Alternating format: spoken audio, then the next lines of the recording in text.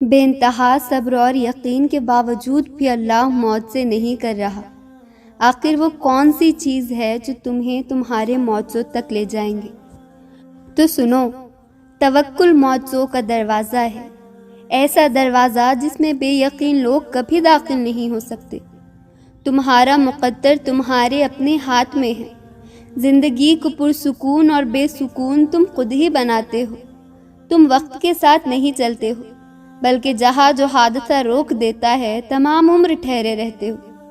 تمہارے آس پاس کتنی بے شمار نعمتیں ہوتی ہیں اور تم ایک محرومی کے لیے ان سب کو نظر انداز کر دیتے ہو۔ تم یہی سوچتے ہو نا کہ اگر مجھے اپنے یقین اور صبر کو ثابت کرنا ہے تو میں دعا مانگنا ہی چھوڑ دیتا ہوں کہ اگر اللہ کو منظور ہوگا تو وہ خود مجھے عطا کر دے گا، ورنہ نہیں، ہے نا؟ یقین اور صبر کا مطلب یہی ہے نا تمہارے نزدیک؟ مگر حقیقت اس سے بہت مختلف ہے۔ یقین تو وہ ہے جب کچھ نہ ہونے کے بعد بھی دعا کے لیے ہاتھ اٹھائے جاتے ہیں۔ صبر تو وہ ہے کہ دل کے تڑپنے کے باوجود معاملات اللہ کو سونپ دیے جاتے ہیں۔ ہاں، ایسا کرنا آسان نہیں ہوتا، مگر ایسا کر لینے کے بعد آسانیاں ہی آسانیاں ہوتی ہیں۔ پھر کیوں پریشان ہوتے ہو؟ جو کام تم نہیں کر سکتے انہیں اللہ کے حوالے کرنا سیکھو، اور جو کام اللہ کے حوالے کر دو نا، اس پر کبھی پریشان مت ہو۔ ہاں، دعا ضرور مانگو مگر نصیب سے مت لڑو، نعمتوں کو مت ٹھکراؤ، دعا کی بے ادبی مت کرو یہ کہہ کے کہ دعائیں اب قبول نہیں ہوں گی، کیونکہ دعائیں ہمیشہ قبول ہوتی ہے، اور وہ تو اتنا رحیم ہے کہ کافر کا سوال بھی رد نہیں کرتا۔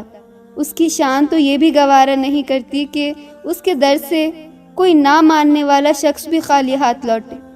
پھر وہ کیسے تمہارا سوال رد کر سکتا ہے؟ تم تو ایمان والے ہو، وہ کیسے تمہاری آواز کو انسنا کر سکتا ہے؟ جب تم اسے بار بار پکارتے ہو تو بس یقین کے ساتھ سب کچھ اس کے سپرد کر دو، پر دعا مانگنا مت چھوڑو، کیونکہ جب کام اس کو سونپ دیا جاتا ہے تو وہ دنیا کی ہر طاقت کو یکتا کر کے اس کام کے ہونے کے لیے پابند کر دیتا ہے۔ اور پھر جب تم اللہ کے فیصلوں پر سر جھکانا سیکھ جاتے ہو تب وہ تمہیں کن سے نواز دیتا ہے۔ بس پھر تم ہوتے ہو، اللہ ہوتا ہے، تمہاری جیت ہوتی ہے اور تمہارا بدلتا ہوا مقدر ہوتا ہے۔ تم مایوس مت ہونا، اللہ کی مدد تمہارے لیے بہت قریب ہے۔